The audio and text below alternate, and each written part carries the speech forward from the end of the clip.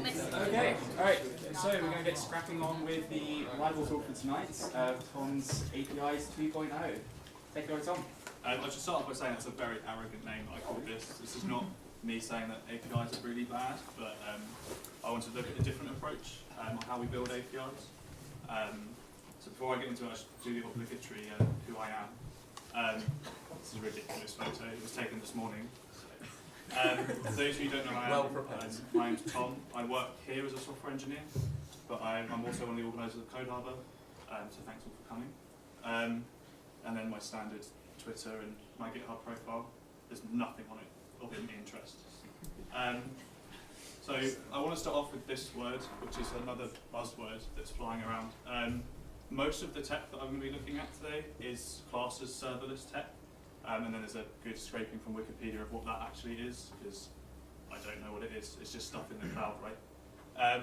But essentially the idea is that you don't own your infrastructure, and someone else takes care of that for you.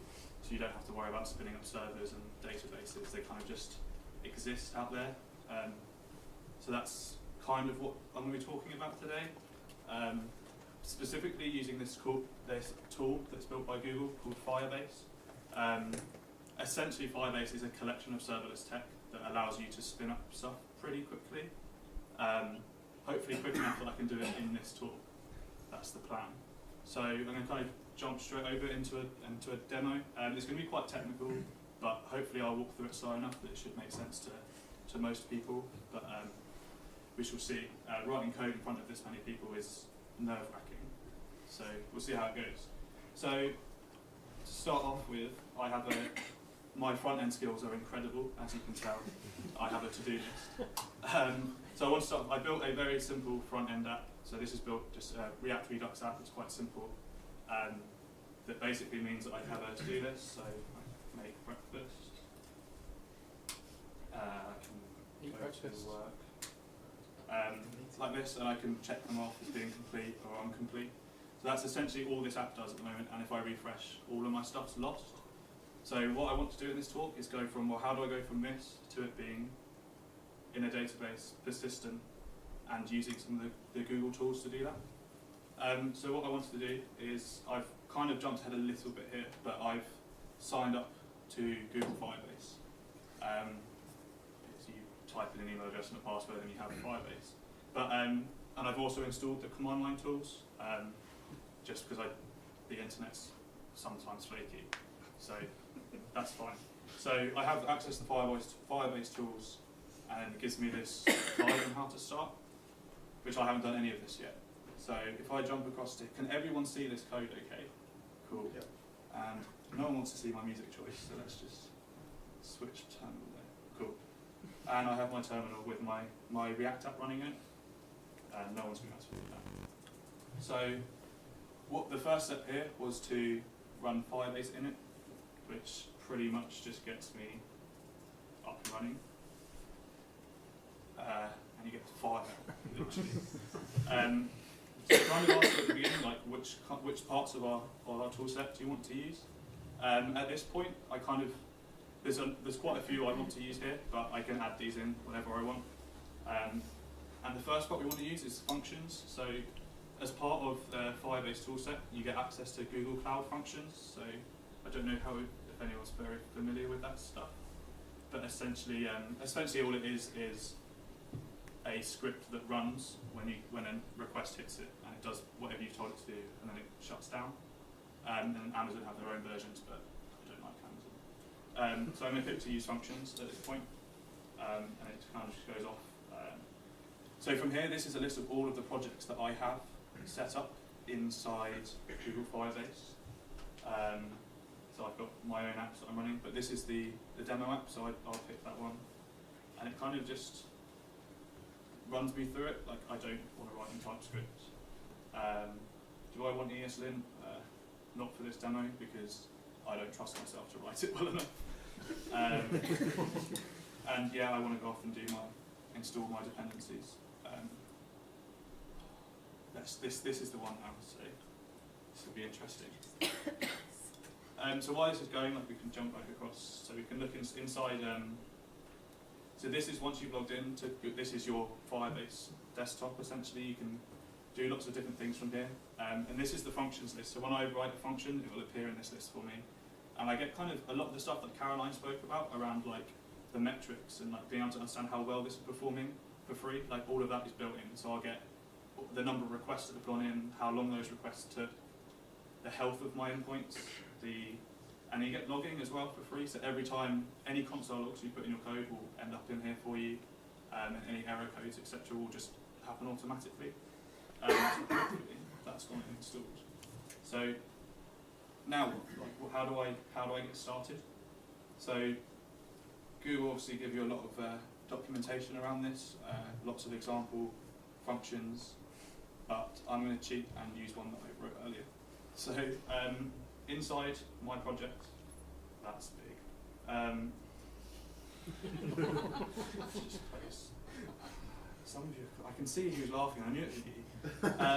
So inside my project now, I've got some of these new files that I've generated. So this is kind of Firebase's setup code, but we don't need to worry too much about that. So there's now a new folder that didn't exist before called functions. So this is what Google have just given me, and this is how you start off with your first project. So if you open this one up, there's a demo in here straight away. So we could probably just kick off by using that. So is anyone? This is very similar to how Express works. If anyone's used Express before, but essentially, I get this like as long as whatever I export over here on the right is the name of my function, and then this block here is what happens when my function runs. So whenever I get a request over HTTPS, and I get given what that request was, and then a response object of how I plan to respond to that request. So if we just run this one, like. Hopefully, when this runs, I should see this message sent back from Google Firebase. And deploying this now, I can deploy this to production, in theory, with one line in my terminal. So someone might have this is now. So I can now just run this, and in theory, this is now deploying my functions to Google Firebase for me. You can be a little bit clever. There's lots of different options you can pass in with this to make it run a little bit faster, but as it's the first time it's run, I'll just run this one. Our guest network is not as fast as our... Sorry, where's that actually deploying it to? Is that your Google account? That's going to my Google Firebase account. So you don't necessarily get a staging environment, which doesn't matter too much on the apps. I'm not saying that these are great. Like, there's a part at the end where I'll talk about it. These aren't. I wouldn't necessarily recommend this approach, probably if you're building a full e-commerce platform. This is really useful for like front-end apps or mobile applications where you've got your resource isn't like aimed at building big APIs. It's more focused on the application that you're building. This is taking longer than I'd hoped. Yeah. What languages can you write the functions? I'm pretty sure. I've only written them in JavaScript. Anything that compiles to JavaScript will probably work. Potentially Python, but I'm not gonna guarantee that you can do it in Python. I'm not 100% sure. I think it's quite focused to a node environment. That's my function. Okay, cool. So there's my hello world function that was I just generated, and it gives me my endpoint here. So it hasn't said it's deployed, which. See if it works. So it hasn't actually finished deploying it. I don't know why this is taking so long. So this is just do dance. See how this goes. Interpretive dance while we wait. I might jump networks. Forgive me, I'm going to jump Wi-Fi networks to our work one. Yeah, that one's much more reliable. For those of you who work here, for those of you who don't work here, that's a very funny joke. The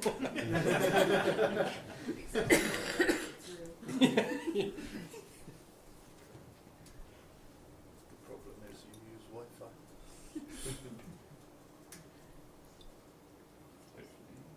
I'm still using serial cables. Alright, let's try that again. Hopefully that network's a bit better.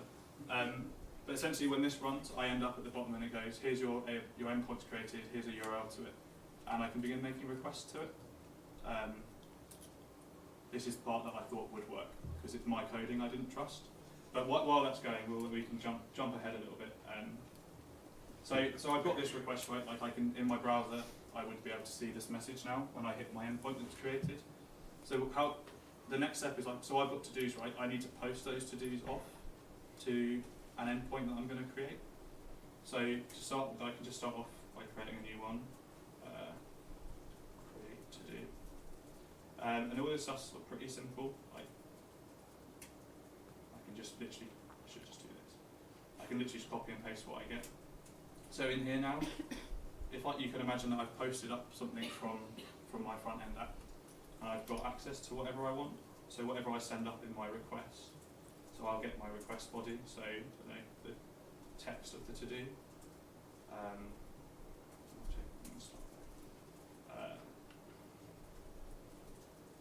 So all I'm doing is just grabbing stuff from the request that's coming in. We'll write the actual request to the server in a minute. But, so the next part I want to do is I probably want to store this stuff in a database, right? Like I need it to persist somewhere within the Google platform. Cool, right, that's deployed, so we can jump into this. So here, so this is the output you'll get. So it's successfully created my endpoint. Here's my function. So if I hit this, when it runs, there we go. So that's the message now from Firebase. So although that's quite a trivial example, like it would run quicker on a better Wi-Fi network, but you then end up having functions like these things are now available out there. There's a few caveats, like this is public, right? Like anyone could go and hit that URL. So the onus is on you to decide how you do your authentication on those. But I don't really think anyone's going to be adding me to-dos. So I don't think my manager's here, so it'll be fine. So if I want to look at databases, right, I want to store whatever to-do I send up to this API. So Google have another solution for that for us. So I can just go into this one and I can pick one of these two. I've always used this one because I like risking stuff with beta platforms. But I'm pretty sure they're switching to this. I could be wrong, but I'm pretty sure. Nick's nodding his head at me. So all I do here is I can just start in test mode. So you just start up with it now goes off. And so all of these databases are NoSQL databases. So they're JSON stores. So if you've ever used like MongoDB, CouchDB, stuff like that. That's essentially what you get access to. Google's being slow today. So what we'll do at this point, once we have the database set up, we can start storing information to it. And again, I've cheated because I forget stuff and I have snippets. So this code here essentially does that for me. I want this one. So to enable the database on my within my application, I can just grab like those 3 lines.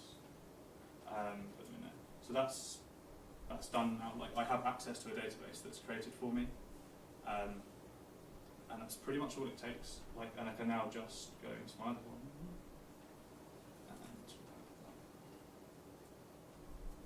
So within this request now, I'm expecting to be posted this thing called text. So whatever that'll come up as. So the way it works is you have things called collections and documents. So they're pretty common in NoSQL databases. A collection will be my to-dos, and then a document will be a single to-do. So my collection is probably going to be hard-coded at this point because I know within this function I want to go to to-dos. But my document reference is probably not going to be hard-coded. Like I probably want an ID or something here. For the sake of this example, like I've kind of just generating random numbers on the front end because it takes time. I can't just write all the stuff to go and get the new one. So I'll just put in an ID which will come up in this request. And that's it. Like now in this set block, I can just go right. All of these things exist on a to-do. You can probably get clever with this stuff and like have models and how exactly you want them to look, but as long as they're consistent, you're usually okay. So that's it. Like I now have, when I run this in a bit, like I'll be able to post in and I'll get a to-do in my database. So what I'll do is I'll run that in Postman before we start throwing it into the app, just to test that it all works. Cool. So here, this is my database, right? Like you can manage it all just from on the platform as well, so I can add a collection in the same kind of way my code's doing it. Like I can create my to-dos collection if I wanted to, and I can just create a document. I can give it like that, and now I have data in my database. So this follows this, and then you'll end up with multiple documents here. So if I now need to redeploy my code, right? So I've got this new to do, so I need to deploy it back up to Firebase. The downside to some of this stuff is that I haven't worked out how to test it locally, unless you could do it if you ran your own node server, I suppose, and it required the files in, but you then run into issues because those databases don't exist locally, so I just push it and test it. I don't know I know you've used it before. Have you ever tested this stuff locally? Not like a database. Cool. There you go. Nick knows. So while that's pushing up, I'll grab Postman open.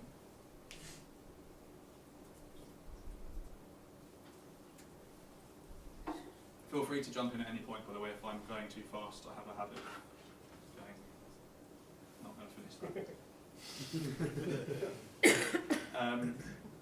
Everything's been very slow today. Okay, cool. So if I grab my functions, like I've got this new create to do function now, so I can whack that into my post one. I can add some I need to do. No, I haven't used Postman for a long time. How do I post JSON in Postman? Anyone? Raw. Is it raw? Raw. Content like that. Raw. Third one down. Oh yeah, raw. There we go. I do know what I'm doing really. So I obviously was asking for two bits of data in here. I've got text and ID. So if I provide those of Tom's new to do and then an ID of, call it 1. So in theory, if I've managed to write my code correctly, if I send this off, I should end up with a database, like a new entry into my database. I can guarantee this probably isn't going to work because nothing's worked so far. So optimistic. So this is good, right? So this has failed, which kind of leads me quite nicely into where I wanted to go. I'm going to play like I did this on purpose. But so that request has failed, but I don't really know why. So if I can jump into my functions from before, I can go to logs, and I get real-time logging now. So any time that a request is made, that's logged real-time into the Google platform. So hopefully this will give me a better example of what's gone wrong. So this level 1 here looks quite scary, right? And it's on the function that I've sent. So, and it's given me a full stack trace of everything that went wrong. And I didn't have to do anything to get that, which for me was quite useful, like as a developer, like this stuff, like setting, I don't know if people set up things like sumo logic before, like I'm not a big fan of them, they take a long time to get set up exactly how you want them, but for me this works really well. So, what have I done wrong? Okay, so basically this isn't working. For some reason my request isn't coming through as I'd expect. So, and I don't actually know what's wrong there. but as I said, like the logging's really good, so I can literally just do a console log of what I'm expecting to get, and I can sort of start debugging that process as I go. If anyone does know what I've done wrong there,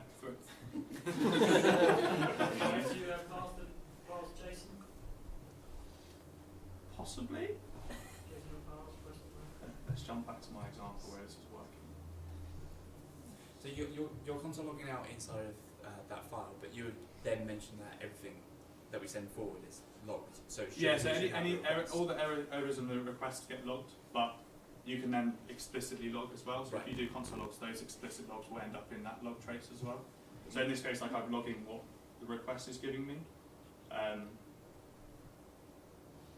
Yeah, so that's now gone up, right? So I can rerun this request, and hopefully I'll get a bit more of like an idea of what's going on. So for some reason my body is obviously not coming out, so I can't see what. You're a children, Rosie. Okay, I don't know why I refreshed. It's real time. So this is once this is loaded, my console log will be here. or not. Great. Another thing I've done wrong. Fun times. Why did that not? You actually deploy that? No, I didn't deploy it by the time I clicked send. Yes, spot. Let's rerun it. So wait for that. Like, there's obviously a little bit of a delay for these coming through. No, apparently I did deploy it. Oh, there we go. So that here's my so my body is correct, right? Like these are coming through, and I think I know what my problem is. I'm pretty sure this has to be a string, not a number. And I've obviously just set up the number 1, but if I do.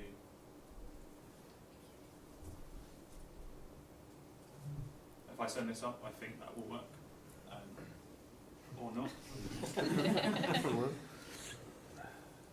This is why you don't live code at talks, especially on stuff that I haven't used for very long.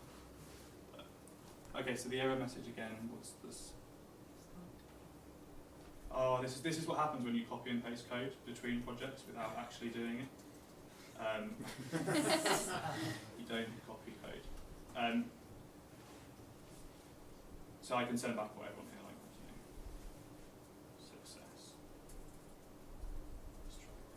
That's just what I'll get back in my request. So this time I'm. You deploy it first. Just testing you guys. It's all going well so far. So once this one works, we're all good. Ooh. I managed to even break the lights. Keep going till. It's going really well so far. It's all good. Once this one works, it's easier because I get to go and write JavaScript again in React. Right, okay, so that's deploying. This time it will work, it says. So, question. If this is a simple error, and this has been quite difficult to fix, what happens with a slightly more complicated error? I think, to be honest, like, these are simple errors, it's just me not understanding. I haven't read the documentation. Yeah, I'm just trying to say, absolutely. every engineer is perfectly capable of doing both this and absolutely. the sort of error that takes 3 days to fix. So, does it provide anything sort of more useful than that small log there? This can all be run locally of live reloading. What was that? This can all be run locally of live reloading, so you don't have to log rerun every single time. That's news to me. Yeah, I don't know the command. Okay, there you go. Right, so there's my to-do, right? Tom's new to-do. That's the one we posted from Postman. So that looks good. Like, so in theory, like, that works nicely in Postman, but I want to put that in my app. So now I can go into. So in theory, if all I have to do. Now I can go into. So in theory, if all I have to do at this point for those. Why is it open my node? So I don't know how familiar people are with React Redux apps, but this is written in Redux because it's quite quick to write. But so essentially, I'll have these two functions that go off. One does an add, and one does is when I mark one as done. So these are updating my local state. So what I want to do here is probably I want to end up making a request in here to make that go off to make the network request to my endpoint. So I'm not going to explain how Redux works because that's going to be another talk. But so basically what I'm doing here is Redux basically has this thing called dispatch, which is how you update state between when you want things to change. But if I want to I need to make my network request here. So I'm going to post off to my function endpoint.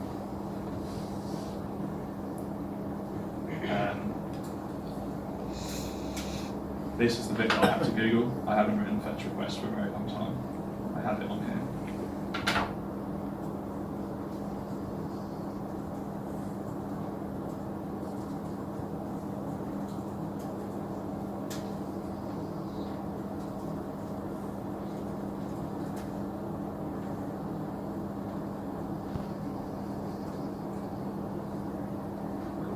Anyone sees any errors on that, that would be great, because that would be another. So basically here, I can I have my text that my app's already taking, right? Like, and when I type it into do, this stuff was working before, it just wasn't making those network requests. And I probably need to send an ID. So, for now, we can worry about it not being duplicated later. I'm going to go on a whim and say that's probably going to work, but just be safe.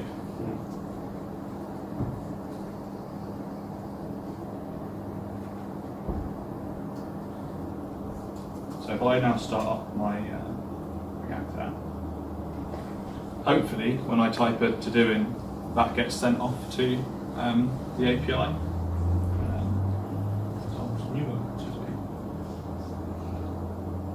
Yes, that's what we like to see, things not working. You're in React, so class name. That's not the error. That's Is it? fine. That's Oh, just a fine. warning. It's this here. Oh, okay. Basically, because I'm doing it locally, I need to put in some headers, which is the part I'm never going to remember how to do. Cross origin. Anyone know that one? Oh, again, you should test this stuff better than I do. I'm going to Google it. I can't remember how you send cause headers. Bearing in mind you've got about 5 minutes. Oh, great. So this has obviously gone very well so far, but I'm going to stop writing code because I don't think for me the benefit isn't like writing the code. Like, and most of you as engineers like can go through the docs and understand it. What I want to highlight is the amount of tools that are available in here are usually very quick to get up and running. Like writing functions doesn't take too long. Like as long as you've read the docs, unlike me, you can see those functions work. You get logging. There's also storage, so similar to like your S3 buckets and that kind of thing, you can store static assets in here, and as you deploy them all from your terminal. So every time you do a deploy, they get pushed. You can send optional flags you deploy to be like just send my assets or just send my functions up. And these all have URLs, so you can then reference them within your code. You get hosting as well, so this is really useful, especially if you're doing a static app like I was. So I could build my React bundle and I can post that up to here, and I get a URL, and my app will get served over that. So I have got one that's hosted. So if we switch back to my other project, this one. So this is a side project that I've been working on. This is kind of a little bit unrelated, but I can probably show it a little bit better. So in under hosting, I have this here. So this is my app running in production, and you can have domains. So I have this domain that is running, but I don't have this one. So this is an app that I've been working on just as a side project, just to sort of demonstrate how simple this stuff is. Like I should probably just use this because this works, but this is just a React app that runs. You can have different pages. But this is all now hosted on the Google Firebase project. I have some functions, so I don't have any functions written for it yet. But there's a database. It's got authentication, so that's another really good part. This is probably one of my favourite parts of Google Firebase. They've solved authentication pretty much across the board, so you can have lots of different types of authentication. So I've got username and password authentication, but you can set up all of these, and these are all just integrated. So if you want Facebook logins, you check a box on here, as long as you've got the right app IDs from Facebook to do that. Phone authentications, they'll send text messages out, there's auth numbers, all of those. So that's really useful. Like that saves a lot of time. Like I literally pressed one button and it's authenticated. I think that's probably it. But like I'll probably just show it actually working. I'm going to run over Louis. That's fine. Ish. Not that we give preferences to our... So this is our other project. This is kind of just to demonstrate how this stuff really works. So this app has authentication in it, right? So users can log in. So to do that, all I had was I had a file called login, and that is it. That line there is all of the code I ever wrote to authenticate username and passwords. So when I say wrote, that's copy and pasted. Basically, I pass it the username and password from my login form, send it off to Google, and they basically give you a final piece of code, which basically is observable. So whenever your authentication state changes, this function gets called. So all I do is, so when that happens, if someone visits my site who's already logged in, this code runs. Once someone logs in, this code runs, and if they log out, this code will run with different in these two blocks. So for me, that was really useful, and that's generic across providers. So if I implement Facebook login, the same stuff runs, except I get more information in my user blocks. Yeah, I've probably not done the best sales pitch here for Google Firebase, but I hope people enjoy it. Like it is, it can be very powerful if used correctly. Not like I used it, but hopefully people are interested, and it'd be good to talk about it more. I've talked enough anyway, so do people have questions? Not, do you actually know how to code, and should I be a